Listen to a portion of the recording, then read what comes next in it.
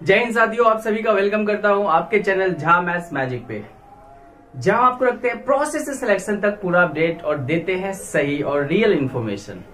आज हम इस पूरे वीडियो में बात करेंगे बिहार में जो है ना ग्रुप डी, या कह सकते हैं बिहार में कार्यालय परिचारी का जो नया नियम वाली आया है, नया नियम वाली 2023 जो आया है, उसके बारे में पूरे डिटेल में बात करेंगे। अगर आप बिहार में ग्रुप डी लेवल का फॉर्म भरना चाहते हैं, या हम कह सकते हैं कि परिचारी लेवल का फॉर्म भरना चाहते हैं, तो आपको ये पूरा वीडियो ध्यान से देखना चाहिए, क्योंकि इस पूरे वीडियो में हम नया नियम वाली के बारे में बात करेंगे और बिहार में जो 50,000 वैकेंसी की बात चल रही है कि 50,000 ग्रुप डी की वैकेंसी आएगा। ऑफिस में जो है ना काम करने वाले जो ग्रेड 4 के होते हैं, ग्रुप डी का चतुर्थ वर्गीय कर्मचारी होते हैं, उनकी जो वैकेंसी की बात चल रही है कि 50,000 वैकेंसी आएगा। तो कैसे ये वैकेंसी आएगा, क्या प्रोसेस होगा, क्या सिलेक्शन प्रोसेस होगा, क्या आपको पढ़ना होगा, क्या इसका सिलेबस होगा, हम पूरे डिटेल में बात करेंगे और प्रूफ के साथ बात करेंगे। हम आपको ये भी बताएंगे कि अभी तक बिहार में ग्रुप डी लेवल का जो वैकेंसी आया है, क्या उसमें लिखित परीक्षा हुआ है, अगर हुआ है तो क्या उसका सिलेबस था और अब क्या सिलेबस होगा, कैसे अभी से आपको जो है ना तैयारी करना चाहिए, पूरी डिटेल में बात करेंगे। अगर आप चैनल पे नए हैं तो चैनल को जरूर सब्सक्राइब कर लीजिएगा, क्योंकि हम आपको रखते हैं प्रोसेस सिलेक्शन तक पूरा अपडेट और साथ में हेल्प करते हैं मैथ के क्लास में भी। तो चलिए ज्यादा समय न लेते हुए थोड़ा सा हम आपको पहले यहां बता देते हैं, इसके बाद हम आपको वेबसाइट पे ले चलेंगे और वहां से जो है ना उस नोटिस को निकाल के पूरा डिटेल में आपको एक एक मीनिंग उसका बताएंगे, सिलेबस भी बताएंगे, योग्यता भी बताएंगे, सब कुछ बताएंगे। तो चलिए सबसे पहले देखिए कि इसमें जो बात हुआ है बिहार कार्यालय परिचारी नियम वाली 2023 जो आ चुका है, बिहार कार्यालय परिचारी नियम वाली 2023 आ चुका है। और इसमें बात जो हुआ है कोटि का, ये 4 कोटि में देखा जाए, ठीक है ना। तो फर्स्ट जो है ना बेसिक कैटेगरी रखा गया है, जिसमें 50% लोगों को रखा जाएगा। फर्स्ट प्रमोशन लेवल 30% रखा गया है, मतलब जो ऑलरेडी काम कर रहे हैं, कार्यरत है, उनका तो प्रमोशन होना चाहिए ना। जो मान लीजिए ग्रेड 4 पे हैं तो उनका भी तो प्रमोशन होना चाहिए, तो उसको 30% प्रमोट कर दिया जाएगा, उसमें जितने लोग कार्यरत हैं। इसके बाद सेकेंड प्रमोशन 15% रखा गया है एंड थर्ड प्रमोशन 5% रखा गया है, बिकॉज ये प्रमोशन पे ये अधिकारी टाइप के बन जाते हैं, मतलब अब वो ग्रुप डी लेवल पे नहीं रहते हैं। तो टोटल अगर देखा जाए तो 100%, 50, 30, 80, 15, 85, 5 कितना हो गया, 80, 15, 95, 5, 100 हो गया, 100%। ठीक है, तो ये पूरा का पूरा जो है ना स्टेटस ऑफ पोस्ट दिया हुआ है, percentage of total cadre strength दिया हुआ है, ये कैटेगरी दिया गया है जिसको प्रमोट किया जाएगा। तो ये नियम वाली क्या है, इसका सिलेबस क्या होगा। तो चलिए सबसे पहले ये नियम वाली पढ़ने से पहले हम आपको बताना चाहेंगे कि देखिए अगर इसका एग्जाम होता है, जैसे कि बात चल रहा है कि बिहार एसएससी इसका एग्जाम लेगा, ठीक है ना, बिहार एसएससी इसका एग्जाम लेगा, तो इसका सिलेबस क्या होगा। तो देखो ग्रेड 4 लेवल का एग्जाम होगा, तो इसका सिलेबस बड़ा सिंपल है, 100 क्वेश्चन रखा जाएगा इस एग्जाम में। और हम आपको बताना चाहेंगे कि देखिए आपका जो है ना 50 क्वेश्चन जो है ना आपका, ठीक है, जीके, जीएस, ठीक है, करंट अफेयर जिसको आप कह सकते हैं, हम सिंपल ही रहेगा, इससे 50 क्वेश्चन रखा जाएगा। ठीक है, 25 जो है ना आपका हिंदी रहेगा, 25 आपका हिंदी का रहेगा और 25 क्वेश्चन जो है ना में आपका मैथ और रीजनिंग आ जाएगा। ये 25 क्वेश्चन, टोटल 100 क्वेश्चन का एग्जाम होगा। अब ये प्रूफ के साथ हम आपको बताना चाहेंगे, हम आपको एक बुक लिख है, ठीक है ना, इस बुक में बिहार में अभी तक जितने भी एग्जाम हुआ है ना सबका दिया हुआ है। ठीक है, तो हम आपको दिखाना चाहेंगे ग्रुप डी लेवल का भी कोई ऐसा एग्जाम नहीं हुआ है, 1-2 एग्जाम हुआ है, और उस एग्जाम में जो है ना, ठीक है, वो एक बीपीएससी लिया है और एक बिहार एसएससी लिया है। तो अगर हम बिहार एसएससी का देख ले, ठीक है ना, तो ये आयोजन जो हुआ था 2013 में किया था आयोजन, ठीक है, 2013 में एक ग्रुप डी लेवल का एग्जाम हुआ था। इसके बाद अगर आप बात करिएगा तो स्वास्थ्य विभाग में चतुर्थ कोटि के लिए भी परीक्षा हुआ था, ठीक है ना, 1999 में हुआ था, ठीक है, 1999 में हुआ था। जबकि प्रयोगशाला सहायक परीक्षा जो है ना ये आपका जो है 2003 में हुआ है। इसके बाद तृतीय श्रेणी कर्मचारी का परीक्षा 2004 में हुआ है, ये सब एग्जाम बीपीएससी लिया था। जबकि बिहार एसएससी की बात करें तो अभी तक में जो है देखा जाए तो ग्रेड 4 लेवल का एग्जाम जो है ना वो 2013 में करवाया था। इसके बाद ग्रेड 4 लेवल का एग्जाम कहीं भी दिख नहीं रहा। हाँ, निम्न वर्गीय लिपिक है उसका परीक्षा हुआ है, उसका पीटी भी हुआ है, मेंस भी हुआ है, ठीक है ना, ये सब हुआ है, लेकिन इस तरह का नहीं हुआ, क्योंकि इस तरह का भर्ती सीधी भर्ती होता था, ठीक है। और इस नियम वाली में सीधी भर्ती के बारे में भी बताया गया है। कैसे होगा पूरा का पूरा जो है ना, आपको हम पूरा इस डिटेल में नियम वाली में समझाएंगे आपको कैसे क्या होने वाला है। लेकिन देखिए, जैसे कि जिला वाइज हो रहा था, जिला वाइज जो है ना प्राचार्य का भर्ती हो रहा था, तो अब ये अभी क्या होगा कि जिला वाइज से पूरा का पूरा रिक्तियां निकाला जाएगा और वो रिक्तियां जो है बिहार एसएससी को सौंपा जाएगा। फिर जब आपका ऑनलाइन फॉर्म फिलअप होगा तो आपसे ऑप्शन लिया जाएगा कि भाई आप किस जिला के लिए जो है ना फॉर्म फिलअप करना चाहते हैं, तो वो जिला के लिए आप फॉर्म फिलअप करते हैं, उसमें ऑप्शन दिया रहेगा। जब आपका जो है ना एग्जाम हो जाएगा, इसके बाद जो उसका मार्क्स आएगा उसके बेसिस पे फिर आपको अलॉट किया जाएगा। ये सब बहुत सारी बातें हैं, लेकिन चलते हैं आपको नोटिस पे लेके चलते हैं, इसके वेबसाइट से नोटिस दिखाते हैं आपको, और वहां से आपको उस नोटिस को ध्यान से समझना है, क्योंकि अगर आप नहीं समझते हैं तो हो सकता है कि आपका छूट भी सकता है, ठीक है, आपका ये छूट भी सकता है। तो अगर ये वैकेंसी आता है, अगर हम इसलिए बोल रहे हैं कि देखो अपने पास समय कम है, थोड़ा सा पॉलिटिकल पॉइंट ऑफ व्यू से सोचिए कि अगर ये चुनाव में जाने से पहले ये चाह रहे हैं कि हम 4 लाख टोटल वैकेंसी जो है 4 से 5 लाख बिहार में ला दे और सबको ज्वाइनिंग करवा दे। अगर ये पॉसिबल है, अगर हो जाता है, तो आप देख चुके हैं कि अभी खिचड़ी तो हो चुका है बीपीएससी टीचर वाला, और बहुत सारा वैकेंसी ऐसा है जो कि आके रुक गया है, रुक गया इन द सेंस अब आगे बढ़ ही नहीं रहा है। जैसे अगर हम बिहार टोला सेवक की बात कर लेते हैं, शिक्षा मित्र की बात, क्या विकास मित्र की बात कर लेते हैं, या कस्तूरबा गांधी का भी वही हाल है, ठीक है। बहुत सारा वैकेंसी है, जैसे बिहार स्टेट फूड का है, फिर इसके बाद जो है ना लैंड क्या अमीन सबका है, ये सब वैकेंसी जो है ना मतलब प्रोसेस में गया है, इसके बाद स्लो चल रहा है, तो ये सब पता नहीं कब होगा। तो टोटल अगर ये चाह रहे हैं कि 4 से 5 लाख हम करवा दें, क्योंकि फिर से टीचर का देख रहे हैं कि 1 लाख प्लस बता रहे हैं, और मेरे को समझ में नहीं आता है, वैसे तो बोलना नहीं चाहिए लेकिन समझ में नहीं आता है। जब एक बार आप फॉर्म निकाले तो उसमें जो है जितने लोगों को होना चाहिए उसका तो हुआ नहीं, ठीक है। पास करके लोग बैठे हुए हैं और नौकरी का इंतजार कर रहे हैं, और इधर फिर से निकाले, चलिए वो उनकी बातें हैं। हम बात करेंगे जो अभी ये 50,000 की बात जो हो रहा है, अगर ये वैकेंसी निकलता है तो कैसे कैटेगरी वाइज निकाला जाएगा, क्या हर एक डिस्ट्रिक्ट से रिक्तियां लिया जा रहा है, हर एक डिस्ट्रिक्ट से रिक्तियां लिया जाएगा, फिर इसका एग्जाम करवाया जाएगा या सीधी भर्ती होगा। अगर एग्जाम होता है तो इसमें किसको बेनिफिट हो जाएगा, अगर एग्जाम नहीं होता है तो क्या होगा, ये पूरी डिटेल में आप चलते हैं, इसके नियम वाली को पढ़ते हैं और नियम वाली को समझते हैं। तो चलिए ज्यादा समय नहीं लेंगे, अगर आप चैनल पर नए हैं तो चैनल को जरूर सब्सक्राइब कर लीजिएगा, लाइक का बटन जरूर दबाइएगा, कमेंट करके इस वीडियो से संबंधित क्वेश्चन आप पूछ सकते हैं। चलते हैं इसके वेबसाइट पे। चलिए, तो हम गवर्नमेंट ऑफ बिहार के आधिकारिक वेबसाइट पे आ चुके हैं, ठीक है। अब यहाँ से हम आपको जो है ना, जो 2023 का नियमावली आया है, जिसे बनाया गया है, उसको निकालेंगे, डाउनलोड करेंगे और फिर डिटेल में एक एक शब्द उसका समझेंगे, क्योंकि बहुत ही इंपॉर्टेंट है। ये नियमावली समझना बहुत ही ज़रूरी है। अगर आप ग्रुप डी लेवल का काम करना चाह रहे हैं बिहार में, अगर इसका फॉर्म भरना चाहते हैं या आप कर रहे हैं तो भी इम्पोर्टेंट है। आइए चलिए, तो इसको पहले डाउनलोड कर ले। देखिए, ये है बिहार गजट, ठीक है। बिहार गजट बिहार सरकार द्वारा प्रकाशित है, ठीक है। अब थोड़ा सा इसको स्क्रॉल करते हैं और नीचे चलते हैं और यहाँ से देखते हैं कि क्या क्या जो है ना इस नियमावली में आया है निकल के।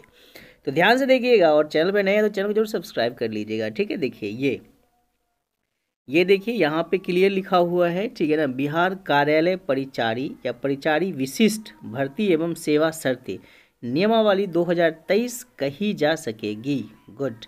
चलिए, तो इसका जो है ना विस्तार संपूर्ण बिहार राज्य में होगा तथा सचिवालय विभाग संलग्न कार्य, मतलब जितने प्रशासन है बिहार में उस सब में होगा। परिभाषा जो दिया हुआ है, राज्य सरकार का मतलब यहाँ बिहार सरकार है, ठीक है। इसके बाद सिलेक्शन मतलब आयोग का मतलब यहाँ पे बिहार कर्मचारी चयन आयोग है, ठीक है। ये सब चीज़ आपको बता दिया गया, ये लिखना पड़ता है, ठीक है, तो इसलिए वो लिखे हुआ है। चलिए, तो इसको थोड़ा सा स्क्रॉल करते हैं और देखते हैं कि इस नियमावली में क्या है आपके लिए, क्यों इम्पोर्टेंट है ये नियमावली, क्यों जानना जरूरी है इस नियमावली को। चलिए देखिए, तो ये फर्स्ट टाइम जो है ना बिहार में ऐसा अगर हुआ तो होगा कि डिस्ट्रिक्ट वाइज जो बहाली वैकेंसी होता था वो डिस्ट्रिक्ट वाइज ही रहेगा, लेकिन उसका चयन जो है ना बिहार कर्मचारी चयन आयोग करेगा, ठीक है।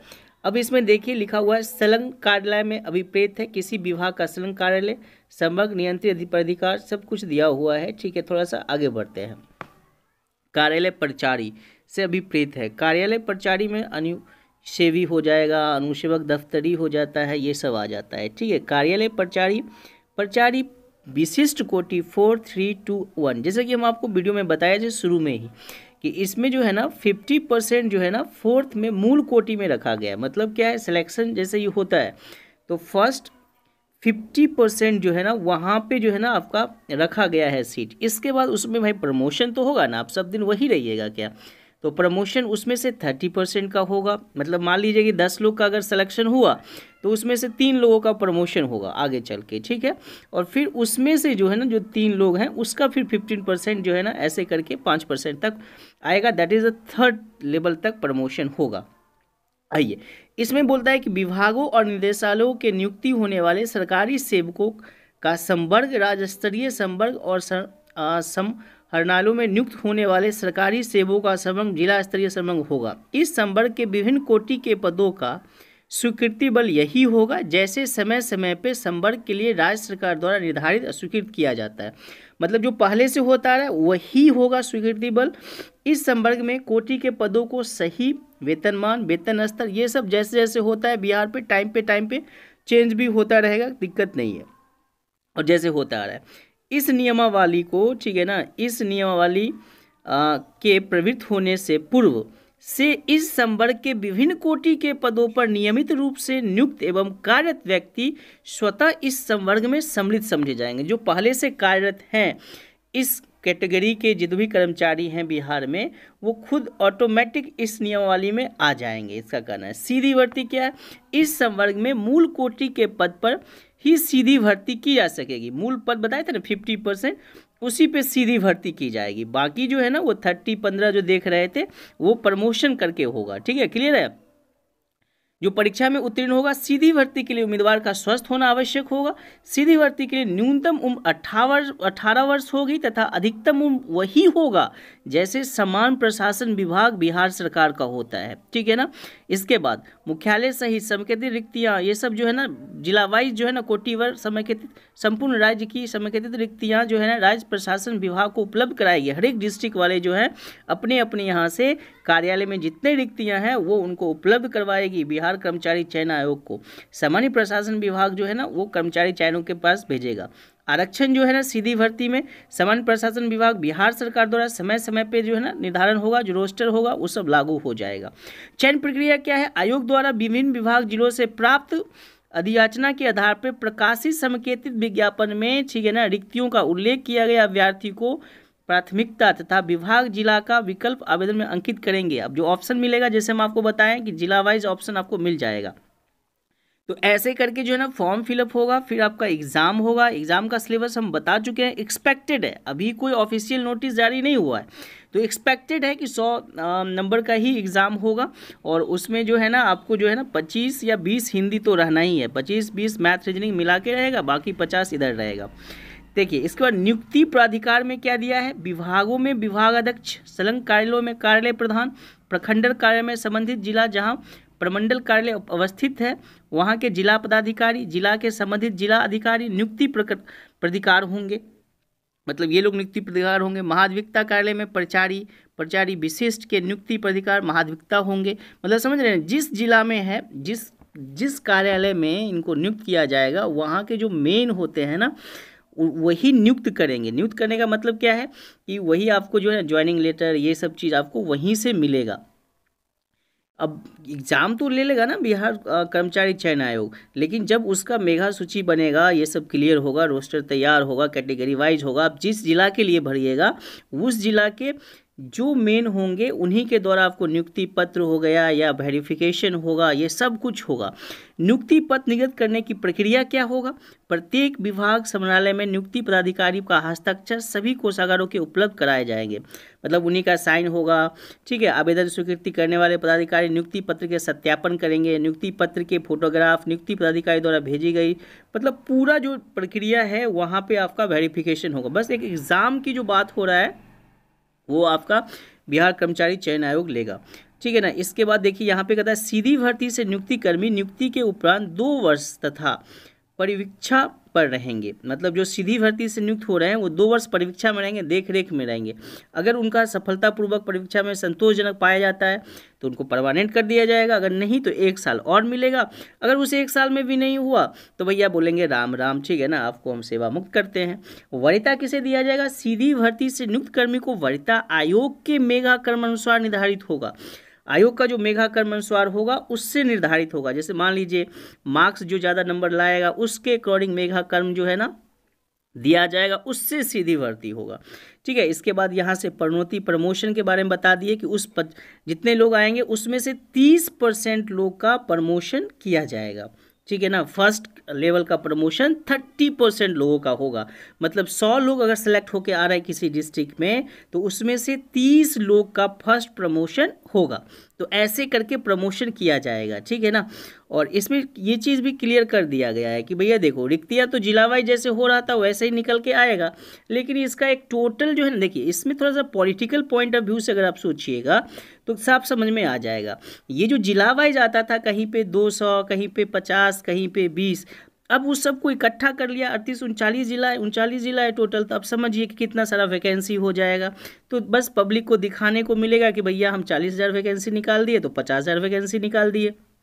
पहले क्या हो रहा था कि अब डिस्ट्रिक्ट वाइज में चले जाते हैं या किसी कार्यालय में निकला 10-20 वैकेंसी निकला, किसी को पता नहीं चला। तो ये बढ़िया भी बात है और थोड़ा सा अपना सरकार को भी लगेगा कि हम जनता को दिखा रहे हैं कि हम इतना सिलेक्शन मेरा हो रहा है इस ग्रुप डी में।